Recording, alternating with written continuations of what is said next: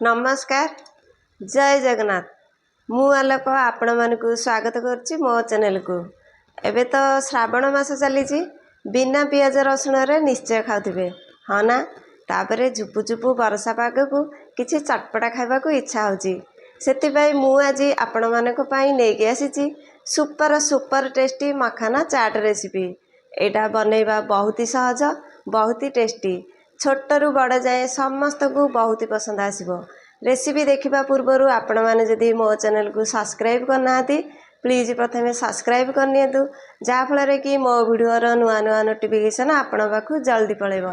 तो चलंतु देर न curry recipe start करबा। एबे तो श्रावण मास चली बिना पियाज रसुण रे खाई खाई बोर हो गलानी ना किछि चटपटा खाइबा को इच्छा होछि। सेतिबे आज मु आपण मानक पई नेकी आसीछि सुपर सुपर टेस्टी मखाना चाट रेसिपी। एटा देखा जाउछि जेमिति खाइबा को भी सेमिति आपण गोटे थर बनेकी खाइले बारंबार खाइबा को इच्छा हबो। एबे चलंतु जानि नबा कोन कोन सामग्री दरकार हेबो। मखाना चाट बनैबा पई किछि बादाम को भाजिकी पकई नबा। सेतिपई गैस को ऑन करके गोटे कड़ाई को गरम करके रखिछि। गैस रो फ्लेम को लो करके टिके टाइम देकी बादाम को आमे लो फ्लेम रे भाजी नबा। बादाम को टिके टाइम देकी लो फ्लेम रे भाजी नेले तार जो मस्चर गुड़िक पळैबो खाइबा को बहुत ही टेस्ट लागिबो। बादाम को एमती 2-3 मिनिट लो फ्लेम रे भाजी नबा जेमती तार मस्चर गुड़िक पळैबो बासना भी भल भाव रे आसी जिवो। देखंतु बादाम को भाजु भाजु 2-3 मिनिट हो गलानी तार कलर भी टिके चेंज हो गलानी बासना भी भल भाव रे आसी गलानी। एबे चलंतु गैस को बंद करके आकु गोटे प्लेट को बाहर करनबा। पुणी गैस को ऑन करके सही कड़ाई को गैस रे बसई नबा। कड़ाई एबे गरम हो गलानी सेतिरे गोटे चमच घी पकई नउची। एमितिरे घी पर्वपर्वाणी किंबा कोनोसी व्रत रे खाई थाओ। घी टिके एबे गरम हो गलानी सेतिरे मखाना गोटे गिना पकई नउची। घी रे जदी मखाना को टिके भाजिकी आमे चाट रे पकेइबा एटा क्रिस्पी कुरकुरा लागिबो खाइबा को बहुत ही टेस्ट लागिबो। गैस रो फ्लेम को लो करके टिके टाइम देकी घी सहित मखाना को टिके भल भाव रे भाजी नबा जेमती एटा टिके क्रिस्पी आ कुरकुरा हे जिवो। एठी मो पाखरे घी थिला सेतिपई घी रे टिके मखाना को भाजिकी पकई नउची।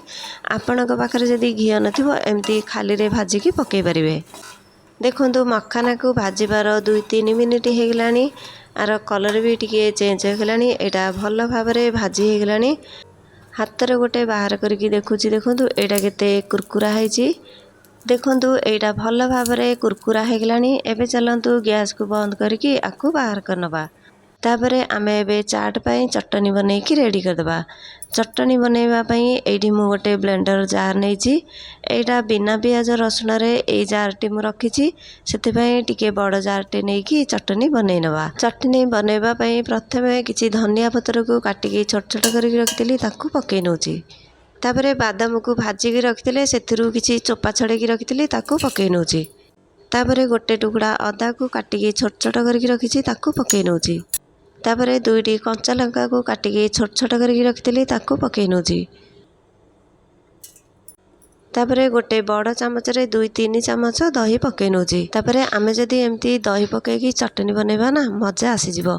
आपण चटनी बनै की खाइले बुझी परिबे। तापरे ब्लैक लूण गोटे चमच पकई नउची।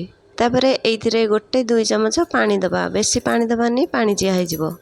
तापरे कवर को बंद करके एबे चलंतु आकु चिकन भाव रे ग्राइंड करनबा। एठी देखंतु ए सब को ग्राइंड करने छी एटा केते भल भाव रे ग्राइंड हेची। एबे चलंतु आकु गोटे गिना को बाहर करनबा। एटा केते भल भाव रे ग्राइंड हेची स्पून रे बाहर करके देखुची देखंतु एकदम चिकन भाव रे चाट पई चटनी हमर रेडी हे गेला। एबे चलंतु नेक्स्ट प्रोसेस को। चाट पई सब जिनस काटिकी आमे एबे रेडी करके रखिदेले। एबे चलंतु ए सब को गोटे बाउल को रखि नबा। गोटे काकुड़ी को छोट छोट करके काटिकी रखितली ताकू पकई नउची। तापरे गोटे बड़ टमाटो को काटिकी छोट छोट करके रखितली ताकू पकई नउची। तापरे गोटे बड़ आलू को सिझेकी काटिकी छोट छोट करके रखितली ताकू पकई नउची। तापरे 2टी कंचा लंका को काटिकी छोट छोट करके रखितली ताकू पकई नउची। तापरे आमे जो चटनी की बनै की रखितले सेथुरु 3 चमच पकई नउची। तापर अधा चामच लुण अधा चामच ब्लाक लुण पकई नौची। तापर काटिकी रखिथिबा किछि धनिया पत्र को पकई नौची। तापर फाळे लेंबू को काटिकी रखिथिली ताकू चिपुड़ीकी पकई नौची। श्रावण मासरे निरामी खाई खाई बोर हो जिबेनी एमिति सुपर टेस्टी चटपटिया चाट घरे बनेकी खातु बहुत ही टेस्ट लागिबो। तापर एसबू को भल भाव मिसई नबा। एसबू सहित बादाम मखाना को मिसईकी मिक्स करथांदे किंतु मखाना जल्दी सॉफ्ट हो जिवो सेथिबाई एसबू मिसईला परे मखाना मिसईकी सांगे सांगे सर्व करके खाई नबा। देखंतु एसबू को भल भाव मिसई देइछि। तापर भाजिकी रखिथिबा बादाम को एइथिरे पकई नौची। एइठी मु बादामर चोपा को छड़ेकी पकईनी आपणक इच्छा छड़ेकी पकई पारंती। तापर भाजिकी रखिथिबा मखाना को एइथिरे पकईकी एसबू को भल भाव मिसई नबा। देखंतु एसबू को भल भाव मिसई देइछि। एटा केते बढ़िया देखा जाउछि। खट्टा टिके राग आउ चटपटा सुपर टेस्टी चाट आमर रेडी हो गला। एबे चलंतु एसबू को सर्व करनबा।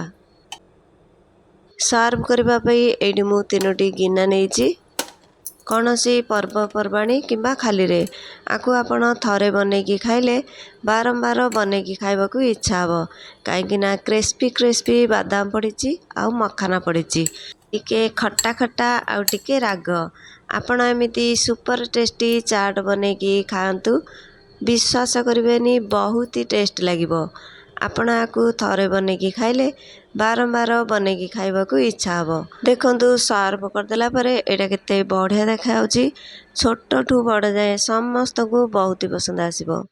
आशा करूची ए रेसिपीटी आपण मानकु निश्चय भल लागिथिबो।